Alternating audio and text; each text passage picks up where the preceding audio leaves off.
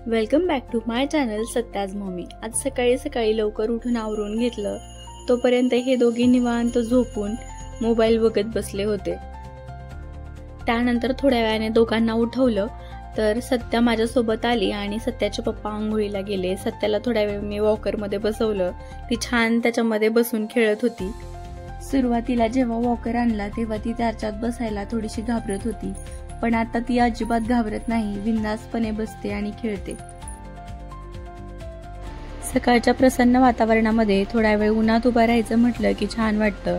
तेवढ्यात माझी नजर झाडांकडे गेली तर एवढी धूळ होते की झाडांच्या पानावर सुद्धा धूळ अशीच साचून राहतीये। सकाळी दोघांनी चहा बिस्किट हाच नाश्ता केला, त्यानंतर सत्याला देखील चारून घेतलं आणि त्याच्यानंतर माझ्या कामांना मी सुरुवात केली।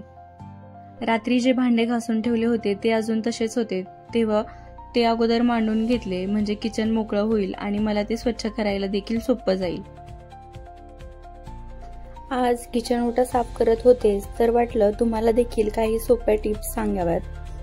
आपण रोज स्वयंपाक करतो आणि ओटा सगळ्यात जास्त वापरला जातो, त्यामुळे रोजच्या रोज थोडं थोडं पुसून घेतलं की जास्त तेलकटपणा राहत नाही आणि किचन ओटा देखील स्वच्छ राहून जातो। आणखी एक महत्त्वाची गोष्ट म्हणजे किचन मध्ये काहीही काम करताना ॲप्रन वापरायचं, मग ते कॉटनचं वापरा किंवा प्लास्टिकचं वापरा। मी इथे कॉटनचं घेतलेलं आहे, पण त्याच्या आतून प्लास्टिकचा कव्हर आहे, त्याच्यामुळे भांडे घासताना सुद्धा ते कपडे ओले करत नाही आणि काही जरी तेलकट वगैरे डाग उडाले तरी माझे कपडे स्वच्छ राहतात। हे ॲप्रन मी तुळशीबागेतून घेतलं होतं आणि त्याला आता कमीत कमी 2 ते 3 वर्ष झालेले असतील, तरी ते सुद्धा अजून चांगलं आहे। नियमित धुतलं की ते देखील स्वच्छ राहतं। कधी कधी आपल्या किचन ओट्यावर तेलकट डाग होतात, ते आपल्याला काढायचे असतील तर तिथे मीठ आणि लिंबू थोडा चोळायचा, म्हणजे ते डाग निघून जातात आणि तेलकट वास देखील राहत नाही। आणि जास्तच कठीण डाग असतील तर किचनमध्ये आपला जो आपण बेकिंग सोडा वापरतो तोच आपण तिथे टाकायचा आणि थोड्या वेळ तसाच ठेवायचा। थोड्या वेळानंतर कपड्याने तो छान घासून काढायचा, तर तो कठीण डाग सुद्धा राहणार नाही। आज मी शेगडी सुद्धा छान धुवून घेतली। इथं मी थोडंसं डिशवॉशर जेल आणि स्पंजने छान घासून घेतली तर छान शेगडी चमकत होती। फक्त शेगडी धुतल्यानंतर एक काळजी घ्यायची, ती म्हणजे शेगडी धुवून झाली की एका स्वच्छ कोरड्या कापडाने ती छान पुसून घ्यायची आणि ओलसरपणा अजिबात ठेवायचा नाही। ओलसरपणा जर राहिला तर गंज देखील पकडू शकते, त्याच्यामुळे मी दरवेळेस कोरड्या कपड्याने स्वच्छ करून घेत असते। किचन मधल्या अशा बऱ्याच गोष्टी असतात त्या खूप महत्त्वाच्या वाटतात, जसा की हा वायपर, हा अगदी काम सोपं करून टाकतो। किचन वाट्यावर थोडं जरी पाणी सांडलं तरी आपण हे या वायपरच्या मदतीने लगेचच्या लगेच काढून टाकू शकतो।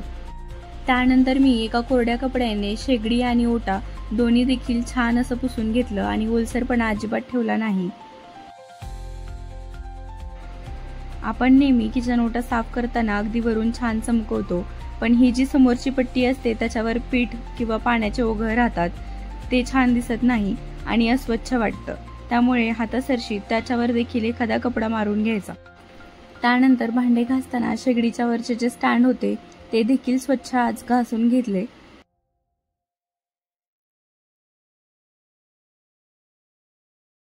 कधी कधी आपण काय करतो, भांडी घासतो, धुतो आणि लगेचच्या लगेच मांडणीला लावून ठेवतो, तर तसं न करता मी पहिल्यांदा ते सगळे भांडे ओट्यावर ठेवते। थोड्या वेळ ते पाणी नितळून गेलं की त्याच्यानंतर मग मांडणीला लावते, म्हणजे भांडे देखील कोरडे होतात आणि मांडणीवर डाग सुद्धा पडत नाहीत।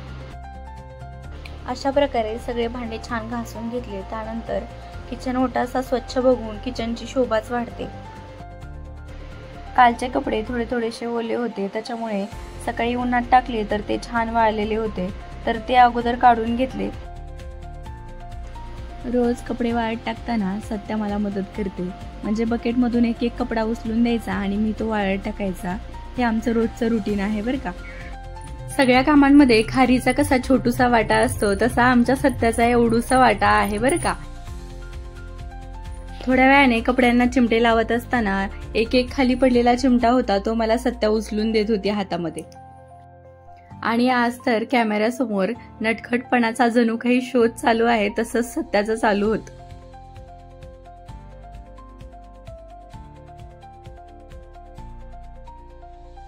आणि गणपती बाप्पाची आरती जेव्हापासून होती आणि ती बघतीये तेव्हापासून ती देखील आरती करायला शिकलीये। छान टाळ्या वाजवून तिची तीच बडबड करत असते आणि तिची आरती फक्त तिलाच कळते। बराच वेळ झालं कपड्यांच्या घड्या करायच्या राहिलेल्या होत्या, तर सत्याला खेळवता खेळवता त्या कपड्यांच्या घड्या करून घेतल्या आणि छानपैकी जिथल्या तिथं कपाटात ठेवून दिल्या।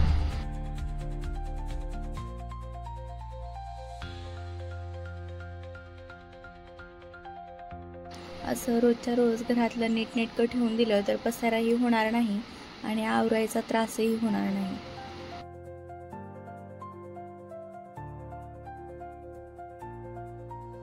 हे सगळं आवरून झालंच आहे, तर आता दुपारच्या स्वयंपाकासाठी तयारी करते आणि हा व्लॉग इथेच थांबवते। तोपर्यंत भेटूया पुढच्या व्लॉगमध्ये।